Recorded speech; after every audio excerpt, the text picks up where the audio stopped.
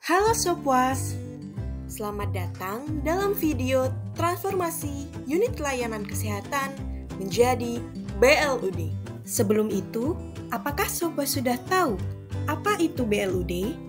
Badan Layanan Umum Daerah merupakan sistem yang diterapkan oleh unit pelaksana teknis dinas dalam memberikan pelayanan kepada masyarakat yang memiliki fleksibilitas dalam pola pengelolaan keuangan. Di Provinsi Maluku sendiri, baru 5 unit layanan kesehatan yang telah berubah menjadi BLUD dari total 259 unit layanan kesehatan yang tersedia. Lalu, kenapa sih unit layanan kesehatan harus menjadi BLUD?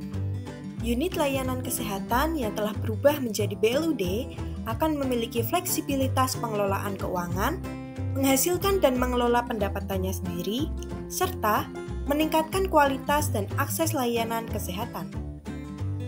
Yang perlu Sopuas tahu, syarat menjadi BLUD terbagi menjadi 3, yaitu syarat substantif, syarat teknis, dan yang terakhir syarat administratif.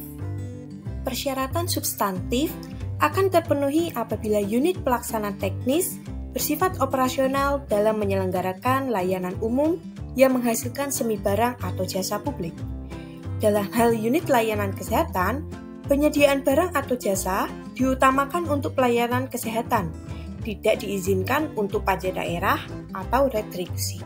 Persyaratan teknis akan terpenuhi apabila 1. Unit layanan kesehatan memiliki potensi untuk meningkatkan penyelenggaraan pelayanan secara efektif, efisien, dan produktif.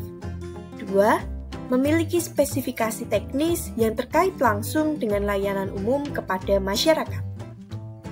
Unit layanan kesehatan dikatakan berpotensi meningkatkan pelayanan kepada masyarakat dan kinerja keuangan apabila memiliki perkiraan rencana pengembangan, misalnya dari peningkatan atau diversifikasi unit layanan, jumlah konsumen, dan tingkat kepuasan konsumen.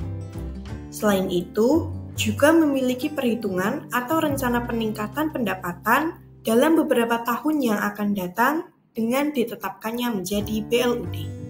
Syarat yang ketiga adalah syarat administrasi. Syarat administrasi terdiri dari beberapa dokumen, yaitu surat pernyataan kesanggupan, pola tata kelola, rencana strategis, SPM, laporan atau proyeksi keuangan, dan audit. Berikut merupakan penjelasan dari tiap-tiap dokumen tersebut. Yang pertama adalah surat pernyataan kesanggupan.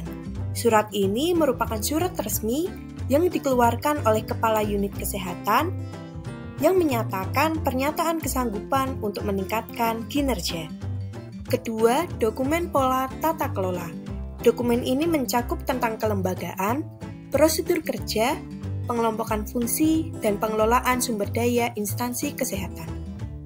Dokumen ketiga merupakan rencana strategis atau biasa disebut Renstra. Renstra merupakan perencanaan 5 tahun yang disusun untuk menjelaskan strategi pengelolaan BLUD ke depan.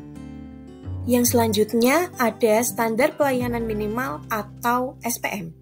SPM merupakan dokumen yang memuat batasan minimal mengenai jenis dan mutu layanan yang harus dipenuhi. Dokumen kelima adalah laporan atau proyeksi keuangan. Laporan ini merupakan laporan yang mencerminkan kondisi real keuangan unit. Jika belum tersedia, dapat dibuat berupa proyeksi perencanaan keuangan. Syarat administrasi yang terakhir adalah audit. Dalam hal ini, audit berarti laporan audit terakhir atau pernyataan bersedia untuk diaudit.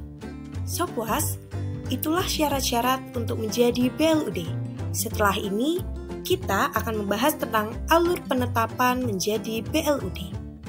Alur penetapan BLUD dimulai dengan pengajuan permohonan penetapan BLUD oleh Kepala Unit Kesehatan kepada Kepala SKPD.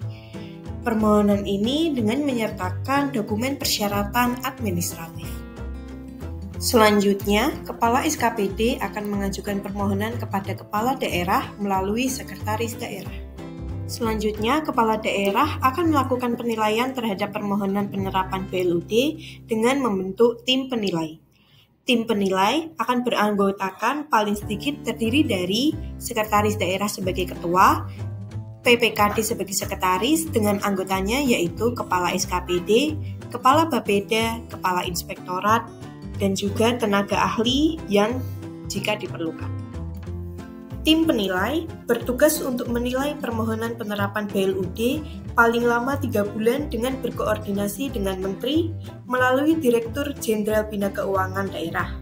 Hasil penilai oleh tim penilai disampaikan kepada Kepala Daerah sebagai bahan pertimbangan penetapan atau penolakan penerapan BLUD.